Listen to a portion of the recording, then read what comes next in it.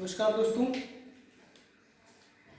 एक बार फिर हम लोग जीव जगत कक्षा 11 के पहला अध्याय पिछले टर्न पे भाग 2 में हम लोग संवेदनशीलता, आंकलनशीलता, उपापचय, जीवन चक्र आदि बिंदुओं पे अध्ययन किया था।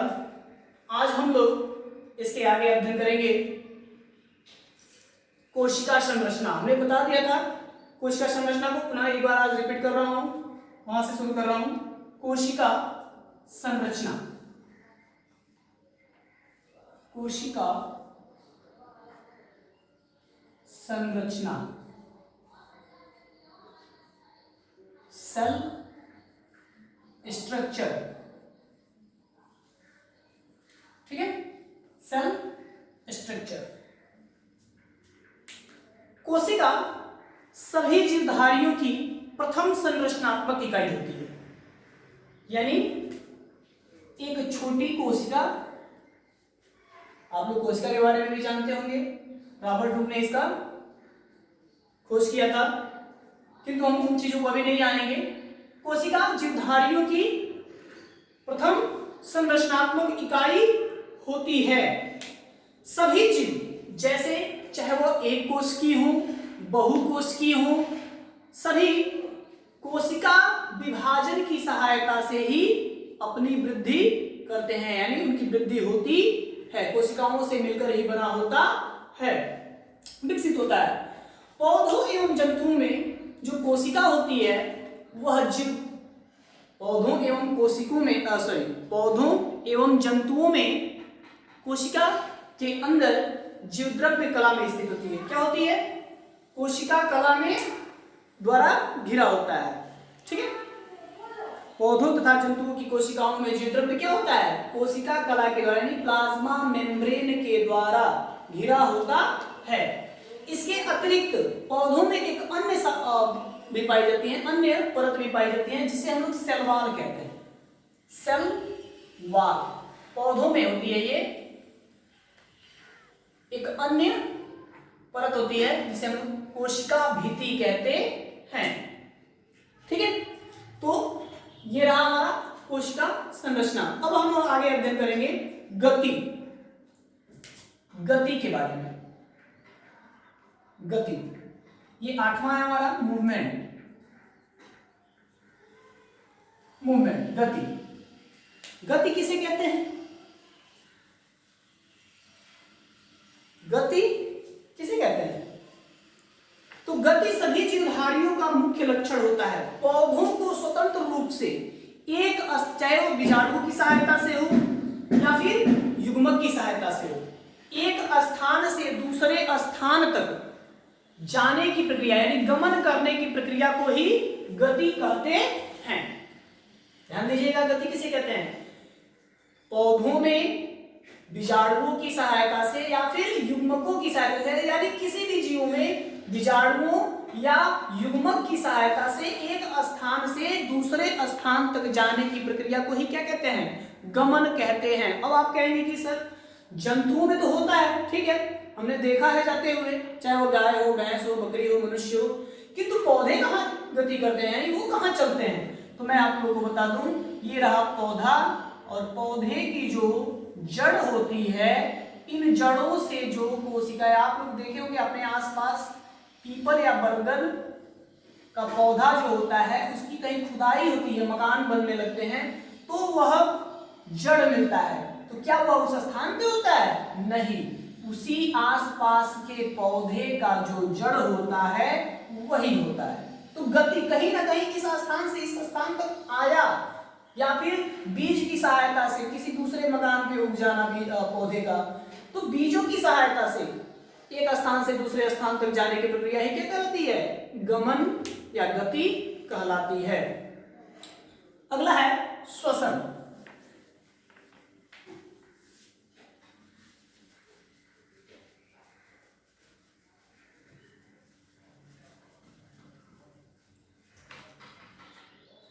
श्वसन,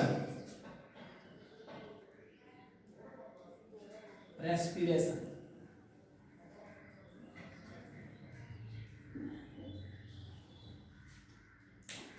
श्वसन क्रिया एक अपचयी क्रिया होती है, अपचयी कैटाबोलिक रिएक्शन, कैटाबोलिक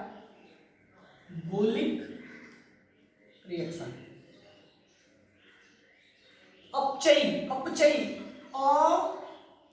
अपचयी यानी जो पचता न हो, अपचयी यानी श्वसन क्रिया एक अपचयी क्रिया होती है क्योंकि यह पचता नहीं है। अगर हम लोग लेते हैं नाक एवं मुख की सहायता से श्वास को यानी ऑक्सीजन को लेते हैं तथा कार्बन डाइऑक्साइड को बाहर करते हैं, यही प्रक्रिया क्या कहलाती है?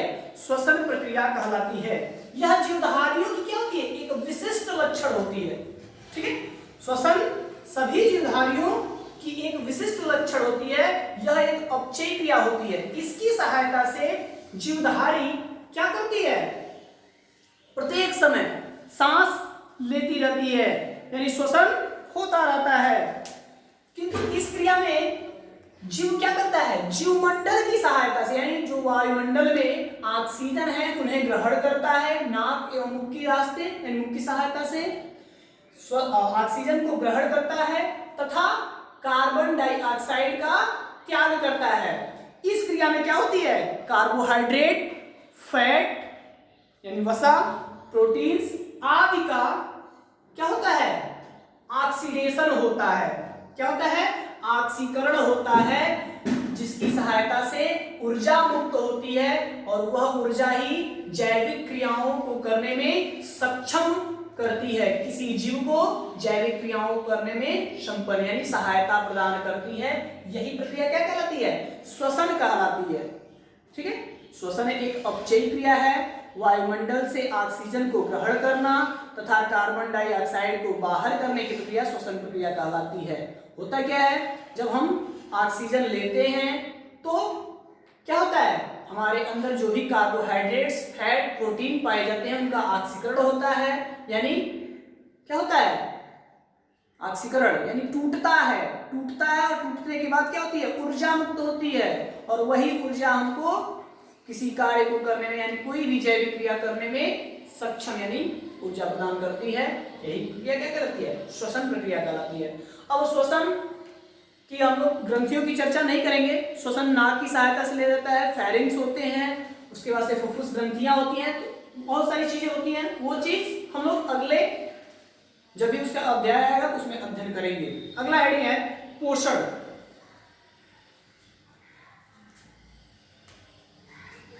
पोषण, न्यूट्रिशन।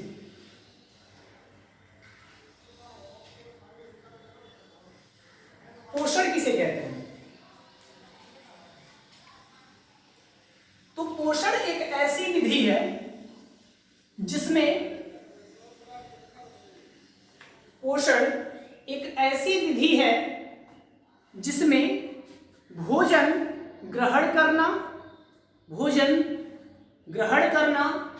उसे पचाना तथा अवशोषण कर यानी पचे हुए भोजन का अवशोषण करने की प्रक्रिया यानी अध्ययन करने की प्रक्रिया को ही क्या कहते हैं? पोषण कहते हैं। एक शब्द में कह सकते हैं कि भोजन का निर्माण या लेने की प्रक्रिया को ही क्या कहते हैं? पोषण प्रक्रिया कहते हैं।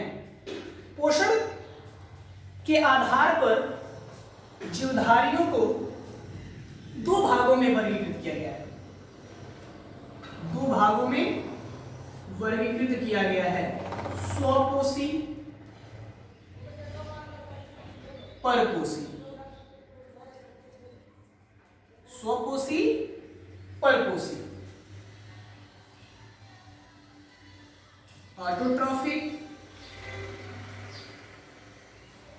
और हेट्रोट्रॉफिक।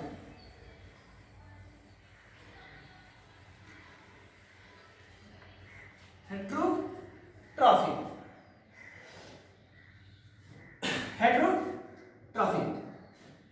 तो स्वपोषी, परपोषी। अब देखिए यहीं से क्लियर हुआ, स्वपोषी, स्व का मतलब स्वयं, पोषी यानी जो अपने भोजन के लिए स्वयं पर निर्भर रहते हैं यानी प्रकाश संश्लेषण की सहायता से अपना भोजन स्वयं बनाते हैं, स्वपोषी जीव कहलाते हैं।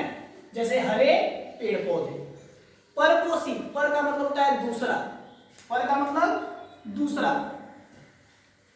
पोषी यानी पोषण, यानी जो अपने पोषण के लिए, वह जीव जो अपने भरण पोषण के लिए किसी दूसरे जीव पर निर्भर रहता है परपोषी कहलाता है।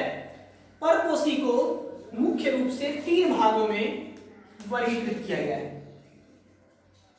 परपोषी को मुख्य रूप से 3 भागों में वर्गीकृत किया गया है। परजीवी जिसे पैरासाइट, सहजीवी मृतोपजीवी,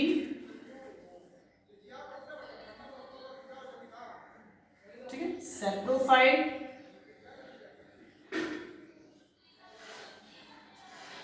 और प्राणी सम होलोजू,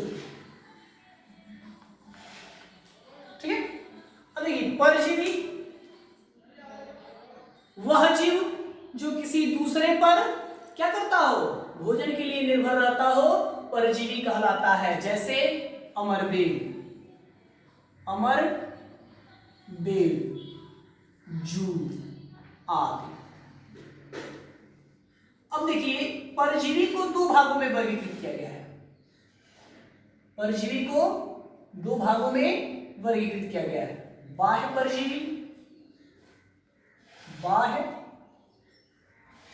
परजीवी, अंतः परजीवी, यानी एक्टोपैरासाइट, एंडोपैरासाइट।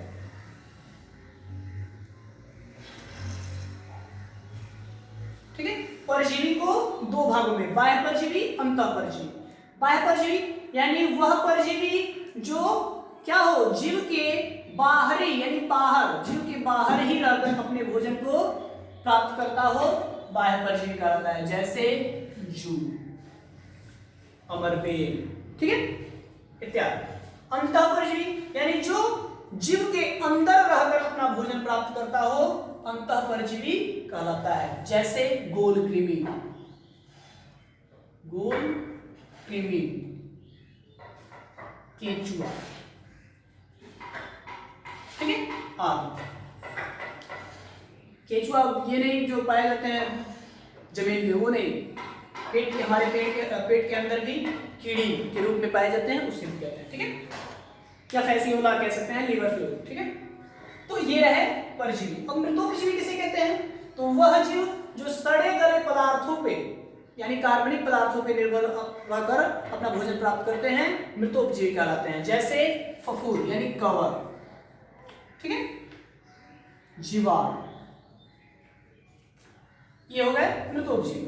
प्राणीसम यानी वह जीव जो पेड़ पौधे तथा जंतुओं दोनों पे ही निर्भर होते हैं, क्या कहलाते हैं, प्राणीसम कहलाते हैं। जैसे गाय, भैंस, बकरी, मनुष्य आदि। तो ये रहा हमारा परपोषी। अब पोषण हो जाने के बाद हम लोग अध्ययन करेंगे किसका, उत्सर्जन। इसमें का लास्ट टॉपिक बचा हुआ है उत्सर्जन।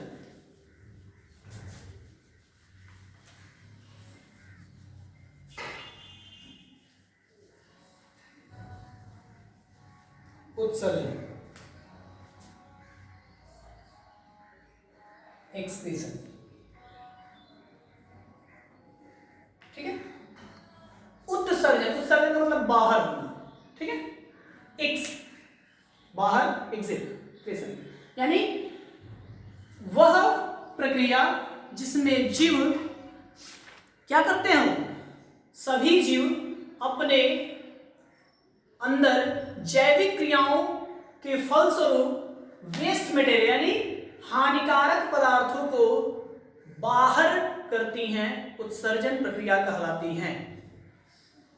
यानी सभी जीव जंतुओं में क्या होती है, विभिन्न प्रकार की जैविक क्रियाएं होती हैं, यानी मेटाबॉलिक उपचयी क्रियाएं होती हैं, किंतु इसके अतिरिक्त जल और कार्बन डाइऑक्साइड ही नहीं, किंतु अन्य हानिकारक पदार्थों को बाहर करने की प्रक्रिया ही क्या कहलाती है, उत्सर्जन प्रक्रिया कहलाती है। जैसे हमारे शरीर से यूरिया के रूप में,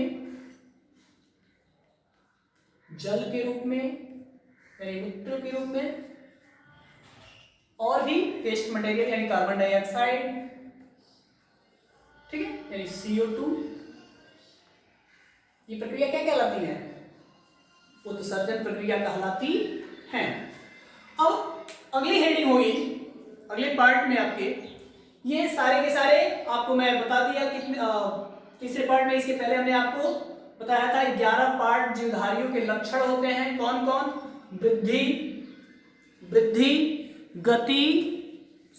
वृद्धि, जनन, उपापचय, संवेदनशीलता तथा अनुकूलनशीलता, जीवन चक्र, जीवद्रव्य, कोशिका संरचना, गति, श्वसन और पोषण, उत्सर्जन। ये हमारे 11 टॉपिक्स थे जीवधारियों के लक्षण, जिनका हमने 2 पार्टों में अध्ययन किया। इससे पहले पार्ट 2 में भी हमने आपको कुछ बताया था, ये पार्ट 3 होगा जिसमें आपको ये मिलेगा। अगले पार्ट में हम आपको जीवों की विविधता की संकल्पना के बारे में जानेंगे। जीवों की विविधता संकल्पना कैसे प्रतिपादित हुआ। धन्यवाद।